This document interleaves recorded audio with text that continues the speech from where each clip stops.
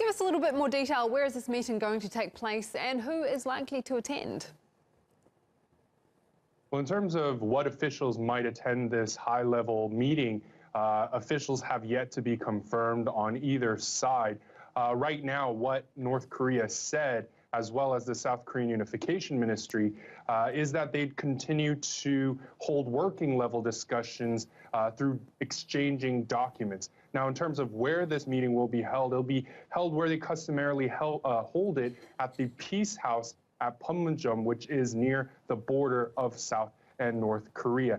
Now, in terms of what is expected to be on the agenda, while Pyeongchang Winter Olympics that's going to be held in South Korea is going to be the main issue, other discussions on how to improve inter-Korean relations looks to be one of the other topics that will be discussed in this meeting.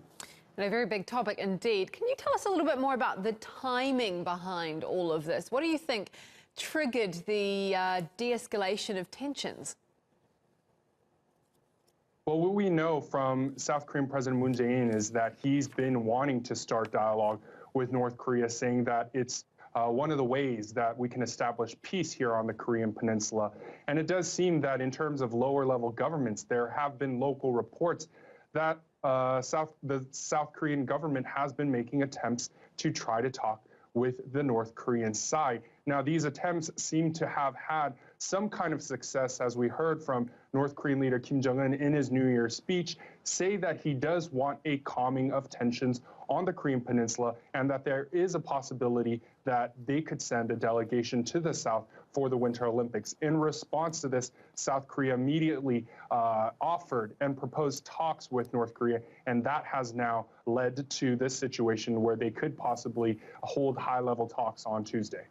Do you think that this is Donald Trump adopting a new strategy in terms of letting South Korea lead the way in talks with Pyongyang? At the same time, the rhetoric, particularly from Donald Trump, has been stronger than they've ever seen.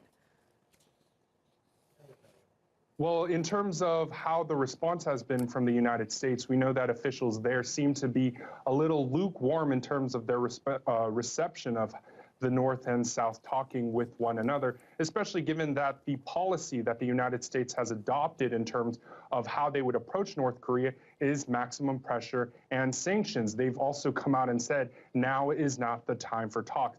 But despite this, President Trump seems to be taking credit for the North and South coming to the dialogue table, saying that it is because he has been firm and because he's been applying all these sanctions to North Korea that the North wants to talk with South Korea. But if we look at the policy of the South Korean government, this has been their continued policy even since Moon Jae-in was running to become president. So it doesn't seem that South Korea is really changing what they're doing in terms of how they're approaching the denuclearization of the Korean Peninsula.